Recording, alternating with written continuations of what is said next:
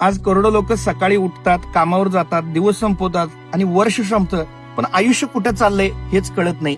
हे खरं आहे की आयुष्यात प्लॅन नसेल तर आयुष्य आपोआप वाहत राहते, चालत राहते आणि मग एक दिवस जाणवतंय वेळ निघून गेलेली आहे. म्हणून एक साधं वाक्य आहे, if you fail to plan you are planning to fail. Plan न करणं म्हणजे अपयशासाठी स्वतःहून जागा करून देणं. आज एक वास्तव स्वीकारावं लागेल, भारतासारख्या तरुण देशात 75% तरुणांकडे स्पष्ट ध्येय नाही आहे. काहीतरी शिक्षण, नोकरी, महिन्याचा पगार आणि आयुष्य तसंच पुढं, ही मध्यमवर्गीय साखळी अनेकांना तिथंच अडकवते. सगळ्यांना वाटतंय आपली परिस्थिती चांगली असावी, पण त्यासाठी इतरांपेक्षा वेगळं काय करायला, वेगळं काय शिकायला खूप कमी लोक तयार होतात. म्हणून आपण आजूबाजूच्या लोकांसारखेच राहतोय. म्हणून प्रश्न पडतोय, आयुष्यात वेगळं काय करायचं?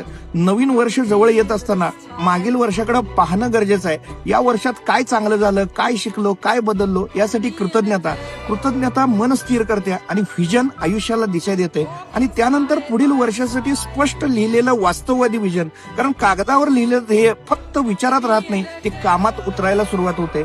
फक्त इच्छांची यादी पुरेशी नसत्या, इथं लागत्या एक्सचेंज लिस्ट, ऍक्शन लिस्ट. मोठ्या स्वप्नांसाठी तुम्ही काय काय सोडणार आहे?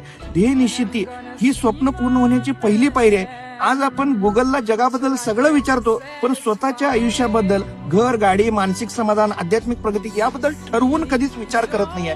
आयुष्यात काहीतरी मोठं करायचं असेल तर ते ठरवावं लागते, त्यानुसार जगावं लागते आणि वेळेला डेडलाईन द्यावी लागते. कारण दररोज आपल्याला 86,400 सेकंद मिळतात. वेळेचा वापर करणारेच पुढे जातात.